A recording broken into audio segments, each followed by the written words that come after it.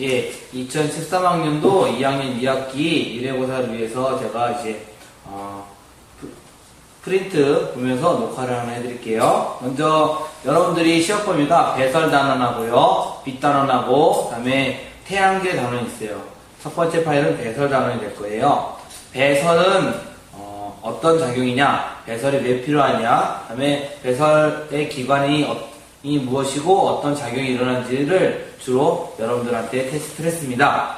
먼저 배설이 일어나야 하는 이유를 한번 볼게요.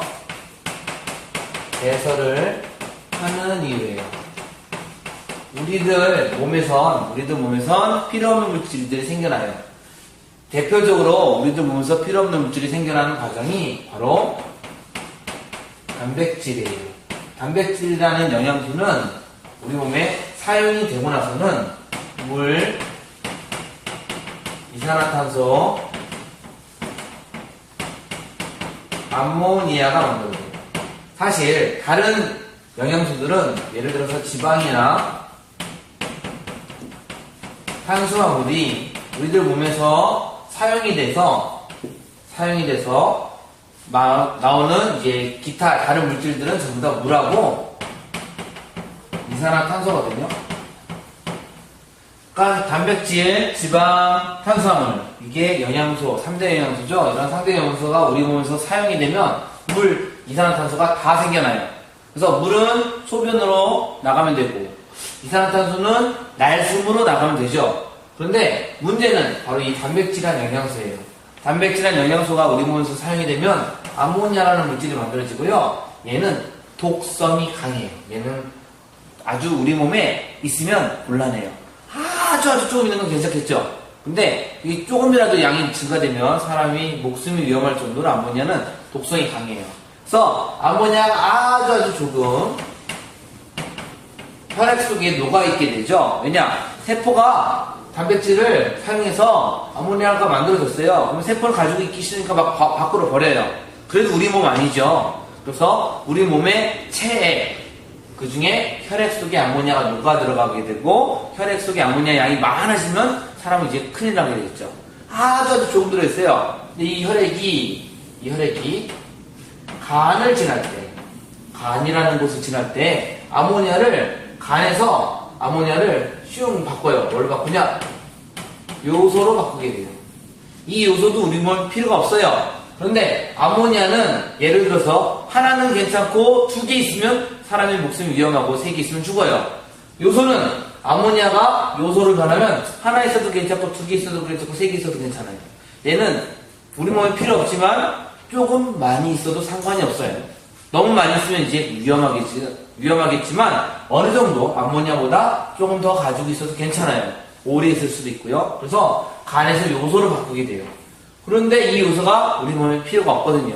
결론적으로 영양소를 사용을 해서 나오는 여러 가지 부산물들을 우리 몸 밖으로 내보내는 작용이 배설인데, 그 중에 주된 배설의 목적은 단백질이나 영양소가 암모니아를 생성해내고 우리 몸에 사용될 때 암모니아가 나오고, 암모니아가 혈액에 들어가 있다가 간으로 이동하면 혈액 속에 들어있는 암모니아가 요소로 변하게 되고, 이 요소가 혈액 속에 녹아있다가 특정한 배설 기관을 지나갈 때 요소가 들은 물만 따로 모아서 우리 몸 밖으로 버리게 되고, 우리는 그 작용을 배설이라고 해요. 그래서 배설이 필요한 이유는 바로 우리 몸에 필요 없는 물질을 밖으로 버리기 위해서 필요해요. 이제 배설을 하는 이유를 알아봤고요. 그 다음에 배설과 배출의 차이점 알아볼게요.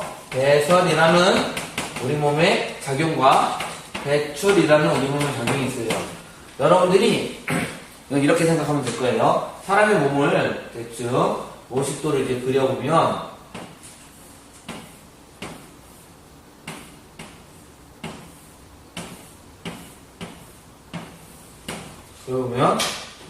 어떠한 음식물이 우리 몸에 들어와서 음식물이 식도를 타고 위를 지나서 소장을 지나서 대장을 지나서 밖으로 나오게 되겠죠. 이렇게 나올 때 항문을 통해서 밖으로 나오는 과정을 우리는 배출이라고 해요. 이 과정을 배출이라고 해요. 한마디로 이제 대변을 보는 거, 이걸 배출이라고 하죠. 그런데 소장을 지날 때 우리 몸에 음식물이 소장을 지날 때까지 소화작용이 이루어지고 우리 몸에서 흡수가 되겠죠. 이제 흡수.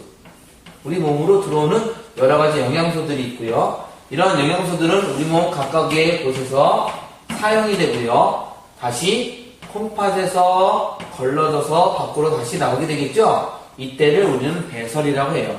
그래서 배설은 우리 몸에 흡수 후에 사용이 되고 그 다음에 몸 밖으로 내보내는 거예요. 이게 배설이고요. 배출은 우리 몸 안에 들어온 적이 없어요. 우리가 1학기 때 배웠거든요. 입, 식도, 위, 소장, 대장은 전부 다 우리 몸 안에 있지만 우리 몸 안, 피부 안은 아니다라고 했어요. 그래서 배출은 소화관을 따라 이동 후 몸 밖으로 내보내는 거예요. 이걸 배출이라고 해요. 우리 몸에 직접 흡수가 된 적이 없어요. 이때는 배출, 우리 몸에 흡수가 됐고 사용이 되어서 다시 우리 몸 밖으로 나올 때를 배설이라고 하고요. 얘는 소변, 땀, 얘는 대변이 되겠죠. 이렇게 배설과 배출의 차이점이 있습니다. 이 점도 알아두셔야 됩니다. 세 번째, 우리 몸의 대표적인 배설기관. 여기 보면 이제 네 번째가 배설기관이 나와 있는데, 배설기관의 종류가 여러 가지가 있어요. 그 중에 배설기관의 대표자가 바로 콩팥이에요, 콩팥. 이름이 콩팥인 이유는 콩하고 팥을 닮았다고 해서 콩팥이래요. 콩팥은 어떠한 역할을 하냐? 콩팥은 혈액소 노폐물, 혈액성의 노폐물을 걸러서 내보내요. 한마디로 걸러주는 아주 큰 작용을 하고 이 걸러주는 주된 작용을 우리는 여과라고 해요. 여과. 그래서 콩팥은 여과 작용을 하는 대표적인 기관이고요. 배설기관은 콩팥도 있고요. 그다음에 요도도 있고요. 방광도 있고요. 이런 것들이 전부 다 배설기관이 되겠죠. 우리 교과서에 배설기관이 요거 말고 하나가 두 개 더 적혀 있어요. 그래서 배설기관은 배설에 관계되는 기관들이고 그 중에 가장 크게 역할하는 것 바로 콩팥이고 콩팥의 다른 말이 신장이에요. 여러분들 신장 이식 수술이라는 말 들어봤을 거예요. 신장병. 가슴 안에 있는 심장이 아니라 신장. 얘가 콩팥이에요. 신장병이 따로 있는데 신장병도 위험한 병이에요. 콩팥이 잘못된 경우죠. 그래서 이런 것들을 보고 우리는 배설기관이 어떤 거다라고 알 수가 있습니다. 그 다음에 이제 콩팥의 구조를 볼게요. 콩팥은요 이렇게 돼 있어서 먼저 콩처럼 생겼어요. 콩팥으로 들어가는 동맥이 존재할 거예요. 얘를 동맥. 이 콩팥으로 들어간 동맥은 이쪽으로 다 지나가요. 그래서 우리는 여기 안쪽에 여러 가지 콩팥에 실제로 걸러지는 작용을 하는 곳이 있고요. 다시 나오는 정맥이 존재해요. 그래서 콩팥 속에 여기 안쪽이 가장 중요한 건데 이 안쪽에 무엇이 있냐? 이 안쪽에 바로 네프론이 있어요. 네프론은 구성이 어떻게 되냐면 사구체, 그 다음에 보문주머니, 그 다음에 세뇨관으로 되어 있어요. 그래서 네프론으로 구성이 되어 있고 이 네프론으로 구성된 거 다음에 집합 과정을 통해서 방광으로 가고요. 요도를 통해서 방광에 모이게 되겠죠. 그 다음에 소변으로 배출이 되는 거예요. 그래서 콩팥의 구조에서 콩팥은 이런 모양이다. 여기에 혈액이 들어가서 여기서 네프론이라는 여러 가지 있는데 이 네프론이 이 안에 100만 개 이상 있어요. 아주 작은 구조예요. 그래서 사구체 고무주머니 세뇨관인 네프론으로 되어 있고요. 네프론은 여기 하나에서 이제 꽉 짜는 여과작용, 그 다음에 다시 영양소를 흡수하는 제흡수, 혈액 속에 남아있는 걸 다시 보내는 재분비 과정을 통해서 소변이 만들어지면 그 만들어진 소변액이 집합관에 모였다가 요도에 모여서 방광에 모였다가 이제 밖으로 나가게 되겠죠. 그래서 이러한 작용을 거쳐요. 그러면 이제 네프론에서 하는 일들을 잠깐 알아볼게요. 지금부터 그리는 그림은 제가 잘은 못 그리지만 교과서 그림을 참고해서 공부하시면 될 겁니다. 사구체는요, 동맥이에요. 동맥의 일종이에요. 혈관 중에서 동맥의 일종이에요. 그리고 사구체는 아주 얇은 혈관이 이렇게 막 꼬여져 있어서 나가는 거예요. 그러면 혈액이 오다가 얇은 곳에서 막 나가면 여기서 어떤 현상이 생기냐? 혈액을 짜주게 된 거예요. 혈액을 꽉 짜는 거예요. 꽉 짜면 뭐가 나올까요? 여과액이 나오겠죠. 즉 여러분들 한약 짜면 한약을 잘 익힌 다음에 꽉 짜면 한약물 뚝뚝 떨어지듯이 혹은 귤이나 이런 거 꽉 누르면 즙이 떨어지듯이 혈액 속에 알맹이들을 남기고 최소한의 액체로만 이렇게 다시 혈액이 나가고요. 여기서 나오는 여러 가지 액체를 여과액이라고 하고 이 여과액이 주머니에 이렇게 모이게 돼요. 이 모이는 주머니가 바로 보먼 주머니. 보먼 주머니에 여과액이 쫙 모여가지면 보먼 주머니에 구멍이 뚫려 있거든요. 싱크대처럼. 이 구멍이 쭉 여러 길을 따라서 연결이 되어 있는데 우리는 이렇게 연결된 관을 세뇨관이라고 해요. 세뇨관. 가느다란 오줌관이라는 뜻이에요. 아주 가느다란 오줌관을 통해서 혈액 속에서 나오는 여러 가지 액체들이 여기 보먼 주머니에 모였다가 세뇨관을 따라 쭉 지나갈 거예요.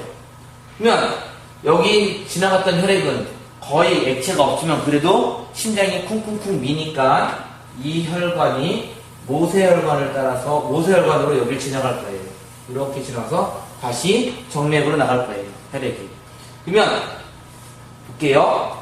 간에서 요소를 포함한 요소를 만들어서 혈액 속에 요소가 많이 있는데 그 요소를 포함한 혈액이 여기를 딱 오게 되면 꽉 짜여지니까 요소가 밖으로 나오겠죠. 이 여과액 속에는 요소, 다음에 포도당, 물, 기타 영양소, 물에 녹는 거, 기름에 녹는 거 등등이 다 여과액으로 나오는 거예요. 여과액이 못 나오는 거, 덩어리진 건 못 나와요. 예를 들어서 혈구, 적혈구, 백혈구 이런 애들은 못 나와요. 혈관 못 뚫고 못 나와요. 그냥 여기 지나갈 거예요. 근데 액체로 나온 애들, 요소는 물에 녹아서, 포도당 물에 녹아서 물 포함되어 있고요. 영양소 이렇게 얘네가 다 여과액에 들어있어요. 문제는 이 여과액에서 우리가 버릴 거는 요소라는 거예요. 버릴 거. 포도당 버리면 안 되죠. 아깝잖아요. 우리가 음식물을 소화해서 먹었는데 물 너무 많이 버리면 안 되겠죠. 많으면 버릴 거고요. 영양소 다시 흡수해야 돼요. 그래서 이곳에서는 재흡수가 일어나요. 재흡수의 대상은 영양소, 필요할 때 물, 필요할 때 영양소 이런 애들 다 재흡수할 거예요. 그리고 미처 빠져나가지 못하고 요 안에 요소가 남아있을 수 있거든요. 요 안에. 이때는 분비 과정, 분비. 그냥 이렇게 원래 짜는 게 더 쉬운데 에너지 써가면서 여기로 다 그냥 요소를 집어넣을 거예요. 만약에 물이 더 많이 마셨다, 물 많이 먹었다라고 하면 물도 여기도 다시 막 집어넣을 거예요. 그렇게 되는 걸 분비. 그렇게 해서 최종적으로 여기에 이제 소변 액이 만들어져서 방광으로 모여서 내보내지게 되겠죠. 여러분들이 알아둬야 될 건 사구체, 보먼주머니, 세뇨관이 네프론이다. 네프론이다. 이 네프론에서 어떤 작용이 일어나냐? 여과액이 나온다. 이 여과액은 여러 가지가 들어있을 수 있는데 맨 마지막 소변액엔 여과액과 좀 다른 성분으로 되는데 그 이유가 재흡수와 분비 과정이 있기 때문이다. 재흡수하는 것은 영양소를 재흡수할 것이고 분비는 필요 없는 것을 밖으로 다시 내보낼 것이라는 것을 아시면 되겠습니다. 이제 마지막으로 세포의 생명활동을 위해서 필요한 것들을 준비하는 것을 말해줄게요. 우리가 이제 앞에 단원 1학기 때 배웠던 것까지 포함해서 결론적으로 생명활동을 보장하기 위해서거든요. 뭔가 살아가기 위해서. 근데 문제는 이 생명활동을 보장하기 위해서 어떻게 했냐? 바로 호흡도 했죠. 소화도 했죠. 흡수했죠. 다음에 배설도 하죠. 운반도 하죠. 즉 순환계, 심장, 혈액, 지금 배운 콩팥, 소화계, 숨쉬는 거 이거 전부 다 생명활동을 위해서 필요해요. 산소 공급하죠. 영양소 공급하죠. 필요한 분내 밖으로 내보내죠. 이런 것들이 전부 다 일어날 수 있게 생명활동이 하는 곳으로 혈액이 운반해주죠. 그래서 우리 몸에 소화계,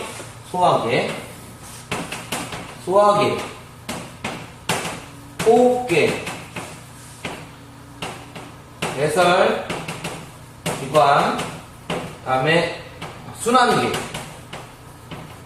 이런 애들은 전부 다 우리 몸을 살아가기 위해서 필요하게 각각 다 조화롭게 해주는 거예요. 우리 몸이 살기 위해서. 그리고 가장 마지막으로 우리는 배설기관에 대해서 배웠어요. 이제 거의 다 끝나는데 여러분들 단원 종합 문제 꼭 풀고 두 번째 파일에서 이제 빛에 대해서 공부하도록 할게요.